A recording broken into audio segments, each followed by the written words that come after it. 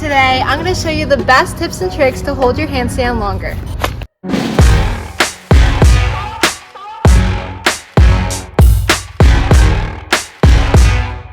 The first step is to warm up. We're going to warm up our hamstrings, our wrists, and our shoulders.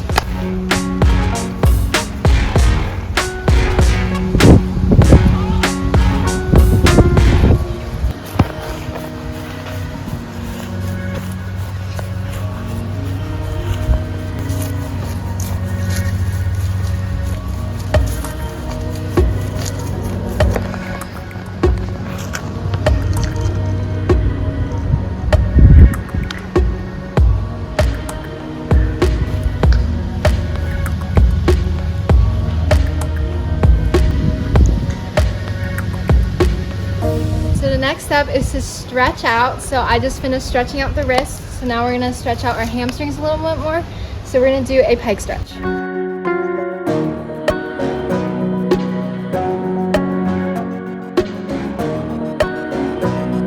Another good stretch for your shoulders is a Barbie stretch. So you're going to have your arms out like this, and you're going to slowly lean back until you feel a stretch on your shoulders. We're going to do a second shoulder stretch. So you're going to grab your hands behind your back and you're going to lean forward and slowly get your shoulders to fall forward. That is it for the warm up and stretch. So now we're going to go into how to actually hold the handstand. So this drill is a good one to start off with if you've never done a handstand before. So basically what you're going to do is take an empty wall and you're going to go into a push-up position, and slowly you're going to walk yourself up the wall. And this is going to help you feel how you're holding that handstand, and you're going to walk a little bit but not too much so you don't fall over, and you're just going to hold it, and this will help you feel what a handstand is like and how the pressure is going to be on your shoulders and arms. And then to get back down from this position, you're going to slowly walk your feet down onto the floor.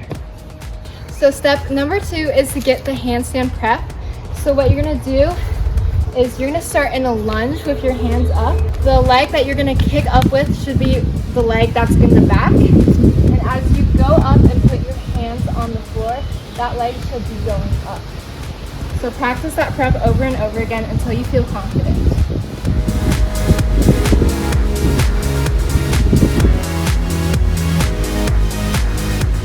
So step number 3, we have the wall again. We're going to focus on our prep, and we're going to go and kick ourselves up against this wall. So you're just going to slowly do your prep and work your way up. So if you're having trouble kicking up against this wall, it's all in the leg that's in the front of your lunge. This is going to extend in order to bring your leg all the way up. So keep that bent in your prep. And when you start putting your hands on the floor, that's really going to extend and bring you closer to the wall.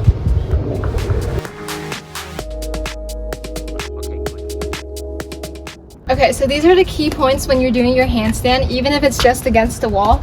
You want to make sure your arms are straight and your arms are right under your shoulders in your handstand. So when you're in your handstand, you want to make sure your arms are straight instead of bent, because that makes it harder and puts more pressure on your arms. So make sure they're straight, and you also want to make sure that they are right underneath your shoulders, because having too wide of hands is really going to make it harder for you.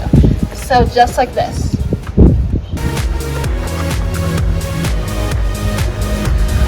So now that you have your handstand against the wall and you're able to do it confidently and consistently, what you're going to do is you're going to slowly walk your hands away from the wall a little bit, and that's going to help you test your balance as you slowly go away from the wall. Is you're going to do your handstand, and you're going to take a few steps away from the wall, about 1 foot, and you're going to slowly move your feet to test out the balance, just like this.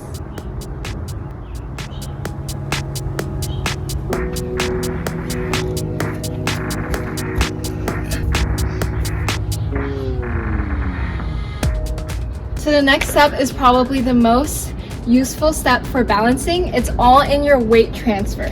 So in your handstand, you want your fingers spread out, and that will help you distribute the weight even more. And you also want your fingers to be bent a little bit so it's easier to transfer that weight. So in your handstand, if you ever find your weight moving forward, press on your fingers to transfer the weight back onto your palms. And if you ever find yourself moving back, you can press on your palms in order to transfer the weight back onto your fingers. If you ever find yourself moving back, you can bend your arms a little bit, and that will help you put more pressure on your palms in order to transfer that weight back onto your fingers. So as you can see in my handstand, I'm moving forward, so I'm pushing against my fingers to transfer the weight onto my palms.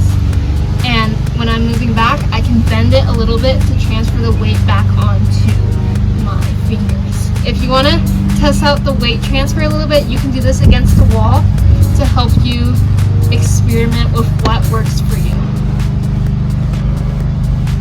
So now that you've completed all the steps, here are the final tips for holding your handstand longer.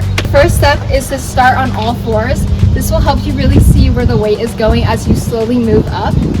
So as I show you right here, I'm starting on all fours and I'm slowly moving my feet up, and then I'm doing a small jump to get into the position, and that will help me find my balance.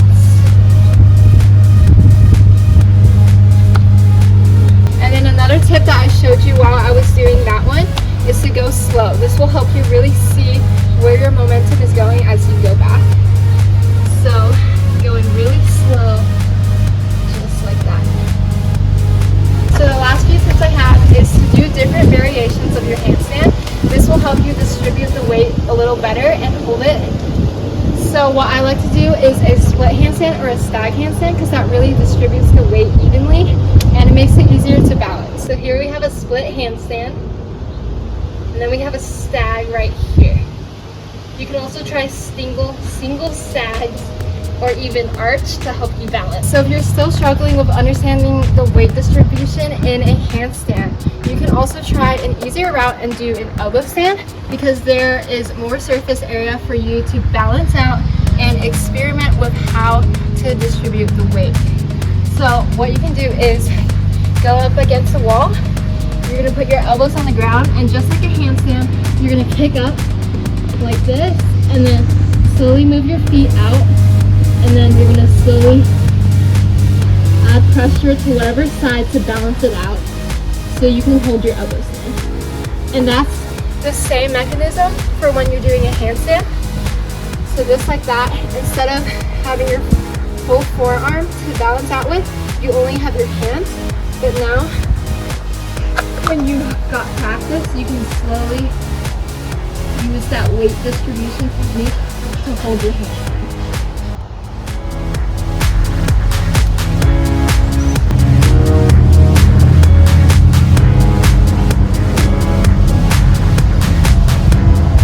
So while practicing, if you ever find your wrists starting to hurt, take a break and make sure to stretch them out so you don't experience fatigue.